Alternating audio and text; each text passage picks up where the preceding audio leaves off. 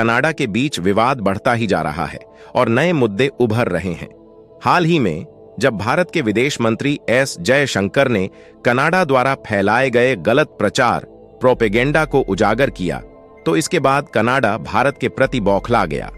हालांकि अब तक भारत और कनाडा के बीच चल रहे कूटनीतिक तनाव, डिप्लोमेटिक टेंशन का दोनों देशों के व्यापार पर कोई खास असर नहीं पड़ा था, लेकिन अब खबर आ रही है कि इस बढ़ते तनाव की वजह से दोनों देशों के बीच का व्यापार खतरे में पड़ सकता है और इसका जो सीधे तौर पर असर है वह आपसी व्यापार और निवेश पर होने वाला है।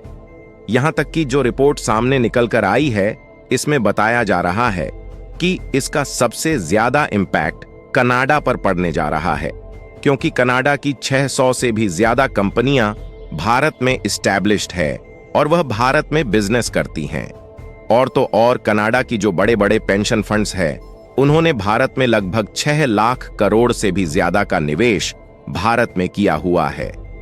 वैसे देखा जाए तो कनाडा और भारत के बीच पिछले साल से ही तनाव चल रहा है, लेकिन अब सिचुएशन कुछ ज्यादा ही बिगड़ चुकी है। इसलिए रिपोर्ट में इस बात का भी दावा किया जा रहा है कि दोनों देशों के बीच में जो 70,000 करोड़ का आपसी व्यापार है, इस पर भी नेगेटिव इंपैक्ट देखने को मिलने वाला है।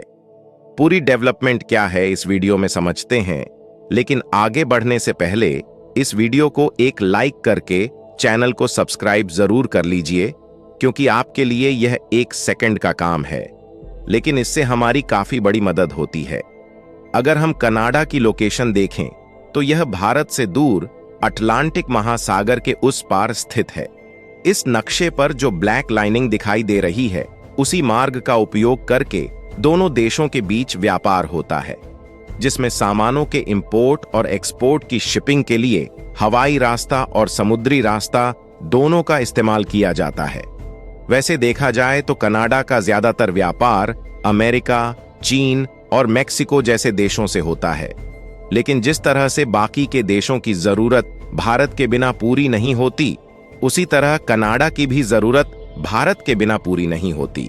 और इसीलिए कनाडा मुख्य रूप से भारत से कपड़ा, इलेक्ट्रॉनिक, फार्मास्यूटिकल्स प्रोडक्ट यानी कि दवाइयां और कृषि उत्पाद में अनाजों के साथ साथ रत्न आभूषण भी भारत से खरीदता है। और बदले में हम लोग कनाडा से मुख्य रूप से मिनरल्स और जो पेट्रोलियम बेस्ड प्रोडक्ट होते हैं, उनको ज्यादातर हम लोग कनाडा से खरीदते हैं और साथ ही कुछ एग्रीकल्चरल प्रोडक्ट भी इंपोर्ट किया जाता है। और जब तक कनाडा हमें इन प्रोडक्ट की सप्लाई कर रहा है, तब तक ठीक है। अगर कनाडा ने हाथ खींचा तो भारत को यह सारी चीज एक्सपोर्ट करने के लिए दूसरे देश पहले से ही लाइन में खड़े हैं, यानी कि भारत के पास ऑप्शन की कमी नहीं है। और लेटेस्ट आंकड़ों की माने तो इंपोर्ट और एक्सपोर्ट दोनों को मिलाकर भारत और कनाडा के बीच हर साल लगभग $8.4 बिलियन, यानी कि रुपए में देखा जाए तो लगभग 70,000 करोड़ का व्यापार किया जाता है, जो कि भारत और कनाडा के बीच अपने आप में एक बहुत मजबूत और इंपॉर्टेंट ट्रेड रिलेशन खड़ा करता है, क्योंकि आमतौर पर दोनों देशों के बीच कई प्रोडक्ट और सेवाओं का इंपोर्ट और एक्सपोर्ट होता है। लेकिन जो ध्यान देने वाली बात है वह यह है कि कनाडा से जो भारत का इंपोर्ट है वह लगभग $4.6 बिलियन के करीब है, लेकिन हमारा जो कनाडा में एक्सपोर्ट होता है वह केवल 3.8 बिलियन ही है। यानी कि ओवरऑल नजर डाली जाए तो कनाडा भारत के मार्केट का इस्तेमाल करके ज्यादा कमाई कर पा रहा है, जबकि कनाडा के मार्केट से होने वाली भारत की कमाई अभी भी उनकी अपेक्षा कम है। लेकिन फिर भी साल दर साल दोनों देशों के बीच व्यापारिक संबंध मजबूत हो रहा था और इंपोर्ट एक्सपोर्ट दोनों में बढ़ोतरी देखी गई है। हालांकि अब भारत और कनाडा के बीच चल रहे कूटनीतिक तनाव के बीच दोनों देशों के व्यापारिक रिश्तों पर भी संकट मंडराने की आशंका अपने चरम स्तर पर पहुंच गई है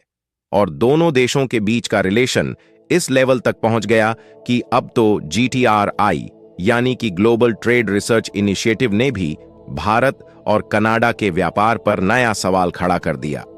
क्योंकि कनाडा में खालिस्तानी आतंकी हरदीप सिंह निज्जर की हत्या का झूठा आरोप भारत पर लगाए जाने के बाद से दोनों देशों के रिश्तों में तनाव बढ़ गया है। इस घटना के बाद से भारत और कनाडा के बीच मतभेद और गहरा हो गया है। हालांकि यहां तक तो ठीक था, केवल थोड़ा बहुत ही विवाद चल रहा था, लेकिन जब दोनों देशों ने एक दूसरे के राजनयिकों को अपने देश वापस बुला लिया है और कुछ को हमेशा के लिए निष्कासित कर दिया है, तो ऐसे में जब बात राजनयिकों पर पहुंची तो इसने व्यापार पर सवाल खड़ा कर दिया। और जो रिपोर्ट निकल कर आई है उसमें साफ साफ बताया गया है कि GTRI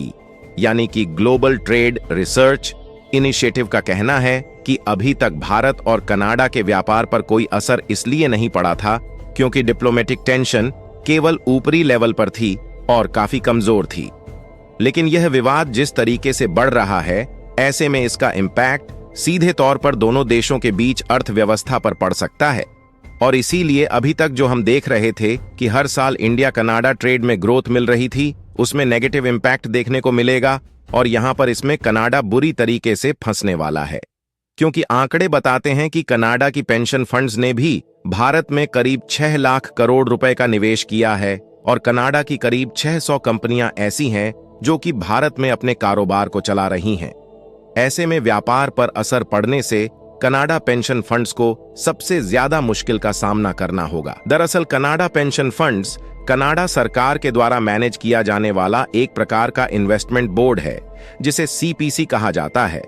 इस तरीके से कनाडा सरकार खुद के देश में और बाकी के भी अन्य देश में अलग अलग सेक्टर में इन्वेस्ट करके पेंशन की योजनाओं के लिए पैसे को बढ़ाती रहती है। यानी कि एक प्रकार से पैसे का इस्तेमाल करके कनाडा सरकार प्रॉफिटेबल रिटर्न लेती रहती है। और इसी कनाडा पेंशन फंड्स ने साल 2013 से 2023 तक के बीच भारत में ज्यादातर निवेश रियल एस्टेट में किया है, जहां 3.8 अरब कैनेडियन डॉलर से ज्यादा का निवेश है। इसके बाद फाइनेंशियल सर्विसेज में 3 अरब कैनेडियन डॉलर से ज्यादा का निवेश है और साथ ही इन्होंने इंडस्ट्रियल ट्रांसपोर्ट में भी लगभग अरब कैनेडियन डॉलर का निवेश किया है। और इतना ही नहीं, बल्कि इसके अलावा इंफ्रास्ट्रक्चर और रिन्यूएबल एनर्जी सेक्टर में भी बड़े पैमाने पर इन्वेस्टमेंट किया गया है। यानी कि कुल मिलाकर कनाडा की 600 कंपनियों के लिए, जो कि भारत में अपने कारोबार चला रही है, और उनके 6 लाख करोड़ रुपए जो उन्होंने भारत में डेवलपमेंट प्रोजेक्ट के लिए निवेश किया है, इसके लिए दिक्कतें बन सकती हैं। आपको यह भी बता दें कि ऐसा नहीं है कि भारत को कोई नुकसान नहीं होगा, बल्कि इसका थोड़ा बहुत प्रभाव भारत पर भी पड़ेगा,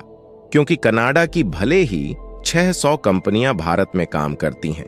लेकिन CII की रिपोर्ट के मुताबिक लगभग 30 से अधिक भारतीय कंपनियां कनाडा में भी अपने कारोबार कर रही हैं। और भारतीय कंपनियों का कनाडा में इन्वेस्टमेंट देखा जाए तो लगभग 40,000 करोड़ रुपए के करीब है। लेकिन यह कनाडा की कंपनियों के मुकाबले काफी कम है, क्योंकि कनाडा ने तो भारत में 6 लाख करोड़ रुपए तक इन्वेस्टमेंट किया है। यानी भारत और कनाडा के बीच बढ़ता कूटनीतिक तनाव दोनों देशों के व्यापारिक रिश्तों के लिए एक बड़ी चुनौती बन सकता है। ऐसे में अगर सिचुएशन कंट्रोल नहीं होती और व्यापारिक रिश्ते कमजोर होते हैं, तो इसमें भारत से कई गुना ज्यादा कनाडा का नुकसान होने वाला है। आप लोगों को क्या लगता है कि कनाडा और भारत के बीच का तनाव दोस्ती में बदलेगा या फिर नहीं? अपनी राय कमेंट में जरूर बताएं और इस वीडियो को लाइक करके अपने मित्रों तक शेयर जरूर करें, ताकि उन्हें भी जानकारी मिल सके। इसी तरह और भी नॉलेजेबल वीडियो देखने के लिए चैनल को सब्सक्राइब करके बेल आइकन को ऑल पर जरूर सिलेक्ट करें। जय हिंद, जय भारत।